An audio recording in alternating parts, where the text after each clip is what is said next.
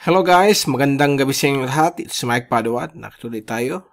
Nagbabalik sa ating usual weather analysis. At binigyan na natin yung final update nung nakakaang video. At ngayon balik tayo sa usual every other day updates. Ngayong araw po na ito ng linggo hanggang Martes, Hulyo 28 hanggang 30, 2024. Ito po ang ating Tagalog version pinaglilingkod sa inyo ng Typhoon 2000 at ng Naga College Foundation. At bago tayo magsimula, gusto kong pasalamatan ang ating partners, ang Aboitiz Power, Bank of the Philippine Islands Sustainable with You. Yung interested, click lang po ang link dito. Or kapag kayo po ay nanonood sa Facebook channel, meron pong link doon sa description patungo sa BPI Sustainable with You. At isa sa mga pinakamagandang hotel sa Rion Bicol at ng Naga City, ang Avenue Plaza Hotel. Ang lokal na gobyerno ng Naga City headed by ang Honorable Mayor Nelson Legacion at ang ating Honorable Congressman ng ikatlong distrito ng Camarines Sur, Congressman Gabby Bordado. At ngayon, umpisa natin ang update itong latest GovSat. Ito po ay issued na yung araw na ito ng linggo hanggang bukas Monday. Yung dating LPA na si 95 at 96W, naging dalawa po yan dito po kahapon, ay nalusaw at yung dun sa may trough nito, sa pinaka northernmost part, may namuo na naman pong isang LPA. So ito po si 97W at mababa naman po ang chance nito maging ganap na bagyo, although parang may umiikot po na mid-level swirl o counterclockwise rotation. But sa lower levels o sa may surface, near the surface, ay medyo hindi pa po organisado. Okay? Kaya LPA pa lamang siya. At yung kanyang trough po ay nakaka-affect po sa Kabikulan, Quezon Provinces. At nagbibigay po ito ng mga malalakas na mga thunderstorms. Kaninang tanghali hanggang sa mga oras nito may mga ulan pa rin po. At ang ibang areas po ng Kabikulan ay umabot po ng 100 mm ang ulan. So, nagkakaroon po ng mga flooding sa mga low-lying areas, yung mga laging binabaha. So, mag-ingat lang po sa mga pagbabaha at sa mga kidlat kapag meron pong malalakas na thunderstorms. Kaya din po sa ibang bahagi po ng Visayas, mga localized thunderstorms naman po ito sa Palawan at dito rin sa Mindanao. Dito naman po sa may kanlungan bahagi po ng gitna at hilagang Luzon, mananatili po ang afekto ng habagat pa unti-unti naman po ito, subalit unti-unti naman po itong humihina habang itong si bagyong si Gaimi ay nasa may Wuhan, China na po at unti-unti na rin itong nalulusaw. Okay? May nakakabit na frontal system at habang ito kumikilos pa kanluran, ito unti-unti na pong mawawala kanyang sirkulasyon.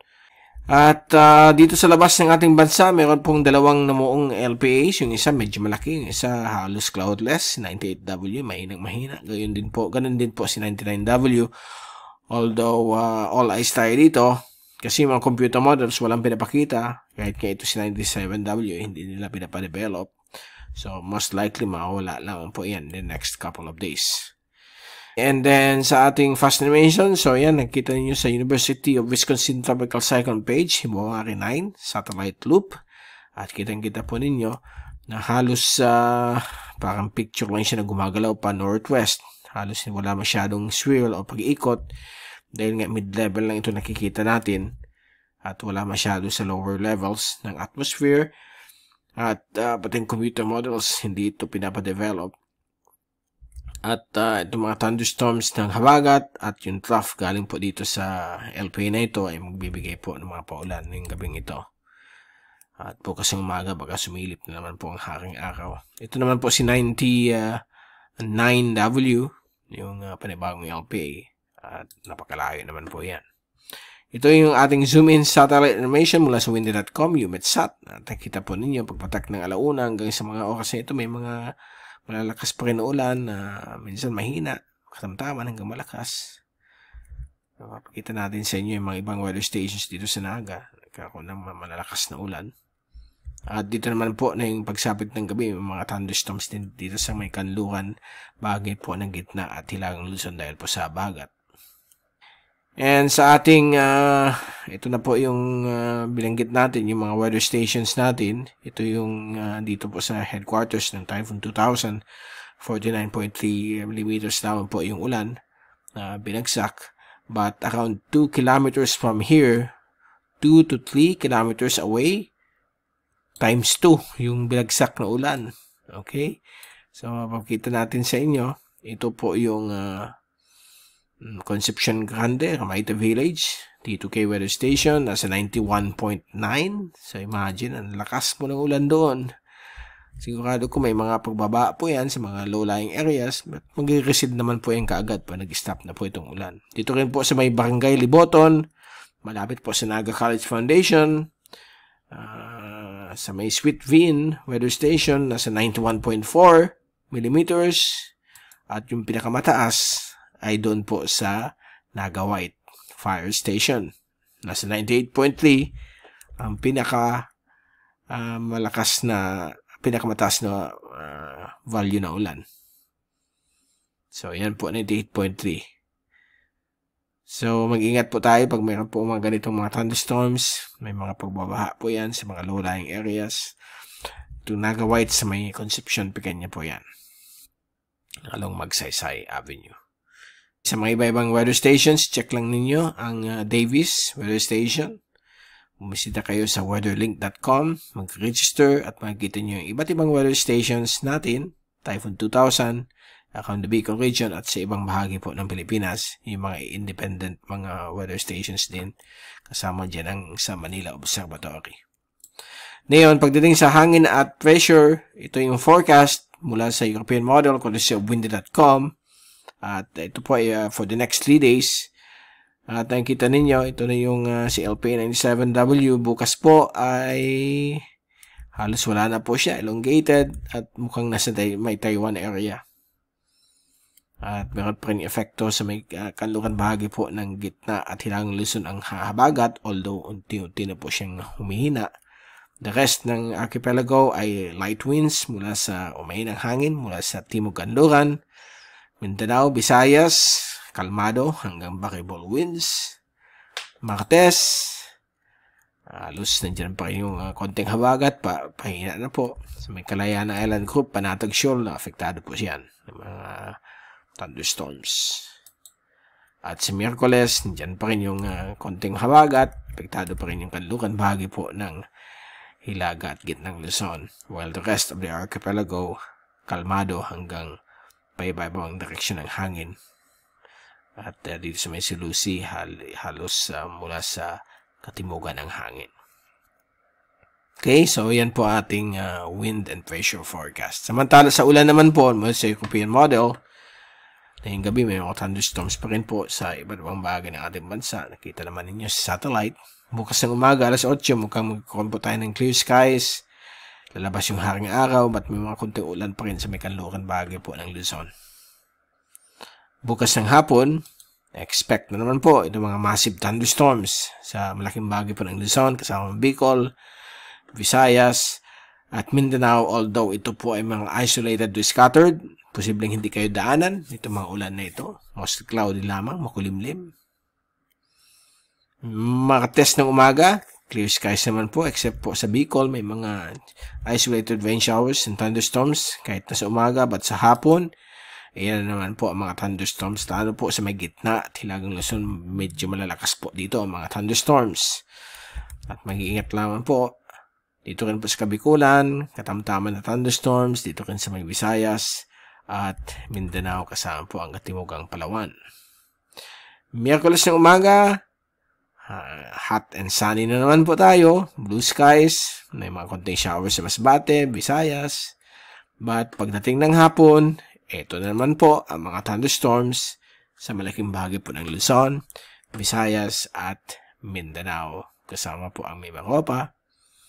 So, always magdala ng payong at kapote dahil araw-araw may mga ulan po tayo kahit kahit mahina yung habagat. Nandiyan pa rin yung mga tropical, localized thunderstorms kasi nasa tropical region tayo ng Pilipinas. Okay, ang ating bansang Pilipinas nasa tropics. At expect po natin itong mga localized thunderstorms dahil nasa tag-ulan pa po tayo. And then for the coming days, for the next 10 to 15 days, mukhang magkakaroon tayo ng monsoon break. medyo magkakaroon ng konting pag-dry. Although may habagat pa rin, medyo mahangin dahil may posibilidad sa darating pong Agosto 5 at 6, baka magkaroon ng bagyo po dun sa may malayo, labas ng PAR. Okay, sa may south of Guam, south of Japan. So, malalaman natin yan pag malapit na po ang forecast. Until now, nasa highly uncertain pa po yan. Ito po yung ating wave forecast naman, yung mga alon. At ngayong araw na ito ay mananatili pong hanggang 2 metro po ang laki ng alon dito sa may West Philippine Sea. Kasama pong Kalayaan Island Group, Panatag Shoal. At medyo mapanganib po sa mga liit sa pandagat. Inland waters ng Pilipinas ay maging kalmado hanggang 0.5 meter ang wave height. At dito naman po sa may isilangan bahagi po ng Philippine Sea ay magiging 1 hanggang below sa 1 ang laki ng alon, 1 metro pababa. At itong violet na ito yung up to 3 meters, ito yung LPA 97W na nagtitrail pa northwest. Pagdating naman po ng Lunes, Martes hanggang Miyerkules, mukhang unti-unti lang pong humihina yung alon dito sa may West Philippine Sea. Umabot pa rin ng, although less than 2 meters lang po ito, 1.5 meters. Okay. Sa may central part ng ating bansa, central waters, ay mula kalmado hanggang 0.5 meter. At sa East Philippine Sea, ay up to 1 meter or below ang paglaki ng alon. So, very light at hanggang light ang alon at suitable for fishing and sea travel kapag dito po sa may East Philippine Sea at inland waters. At dito rin po sa may west lang po ng Palawan. But kung pupunta po kayo sa kalagitnaan po ng dagat China o sa West Philippine Sea, manatili pong hanggang almost 2 meters ang wave height. So, mapanganib sa mga maliit na sasakyang pong dagat. So, dyan muna natin tatapusin ang ating update. Wala tayong problema, no worries. Kasi akala ng iba, may bagyo na naman, maraming LPAs. No worries kasi po ang environmental atmospheric conditions ng Western Pacific sa mga susunod na araw ay highly stable. Okay? Hindi siya unstable para mag-produce itong mga tropical cyclones. So, medyo malakas yung wind shear, hindi conducive for development. Kaya, baka hanggang August 15, clear tayo within par, okay? Pero sa labas ng Philippine Air Responsibility, baka may mga malalaking LPAs na mag-form. Posible rin magkaroon ng tropical cyclone. But so far, walang papunta sa ating bansa. Okay?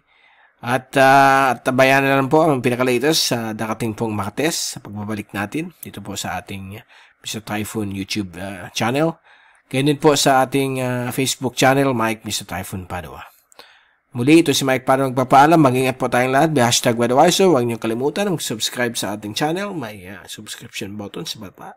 Okay, sa Facebook channel, i-follow lang po ninyo ang ating channel para sa latest sa ating panahon at sa mga paparating mga bagyo. Maraming salamat at God bless po sa inyo lahat.